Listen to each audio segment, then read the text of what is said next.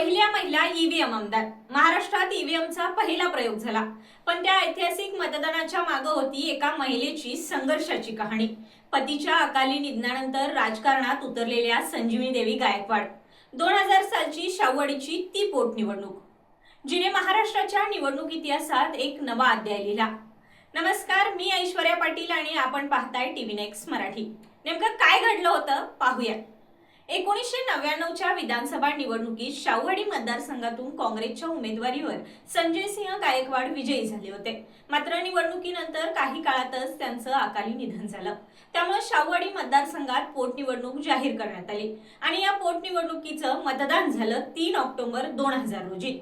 ही निवडणूक आणखी एका कारणासाठी ऐतिहासिक ठरली, कारण महाराष्ट्रात पहिल्यांदाच विधानसभा निवडणुकीसाठी इलेक्ट्रॉनिक मतदान यंत्र म्हणजेच ईव्हीएमचा वापर शाहूवाडी मतदारसंघात करण्यात आला.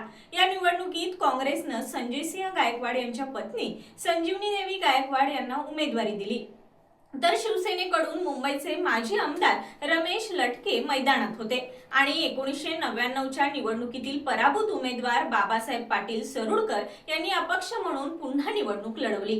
निवडणूक चुरशीची झाली, मात्र निकाल संजीवनी देवी गायकवाड यांच्या बाजूने लागला. लोकांनी त्यांना 55,209 मतांनी विजयी केलं. बाबासाहेब पाटील सरुडकर यांच्यावर संजीवनी देवी गायकवाड यांनी 4,121 मतांनी विजय मिळवला आणि अशा प्रकारे त्या शाहूवाडीच्या आमदार झाल्या. पण त्यांच्या विजयापेक्षा या निवडणुकीची आणखीन एक ऐतिहासिक ओळख निर्माण झाली, ती म्हणजे ईव्हीएम. आज इलेक्ट्रॉनिक मतदान यंत्रावर मतदान करणं ही सामान्य बाब आहे, पण वर्ष 2000 मध्ये ईव्हीएम हा तुलनेनं नवा प्रयोग होता आणि महाराष्ट्रातील विधानसभा निवडणुकीत या तंत्रज्ञानाचा पहिला प्रयोग शाहूवाडीत झाला.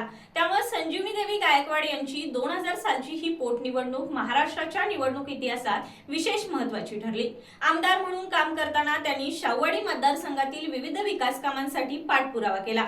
शाहूवाडी तालुका क्रीडांगणाच्या कामाचाही त्यांच्या आमदारकीच्या काळाशी संबंध असल्याचा उल्लेख उपलब्ध वृत्तपत्रांमध्ये आजही आढळतो. राजकारणासोबतच सहकार क्षेत्राशीही गायकवाड कुटुंबाचा जवळचा संबंध राहिला. कोल्हापूर जिल्हा दूध उत्पादक संघ अर्थात गोकुळशी त्यांचा संबंध होता आणि पुढे त्यांचे पुत्र कर्णसिंह गायकवाड यांनीही गोकुळच्या राजकारणात भूमिका बजावली. पतीच्या अकाली निधनानंतर राजकारणात आलेली एक महिला, पोटनिवडणुकीत मिळवलेला विजय आणि त्याच निवडणुकीत महाराष्ट्रातील विधानसभा निवडणुकीसाठी ईव्हीएमचा झालेला पहिला वापर, संजीवनी देवी गायकवाड यांच्या राजकीय प्रवासातील हा काळ त्यामुळे विशेष ठरतो. आज ईव्हीएमवर मतदान करणं आपल्यासाठी अगदी सामान्य आहे, पण महाराष्ट्रात या यंत्रावर पहिल्यांदा विधानसभा मतदारांनी बोट ठेवलं त्या ऐतिहासिक निवडणुकीच्या विजेत्या होत्या संजीवनी देवी गायकवाड. एक आमदार म्हणून त्यांचा प्रवास संपला असेल, पण महाराष्ट्राच्या निवडणूक इतिहासात त्यांचं नाव मात्र कायमच सुवर्ण अक्षरात कोरलं गेलंय. संजीवनी देवी गायकवाड यांना भावपूर्ण श्रद्धांजली.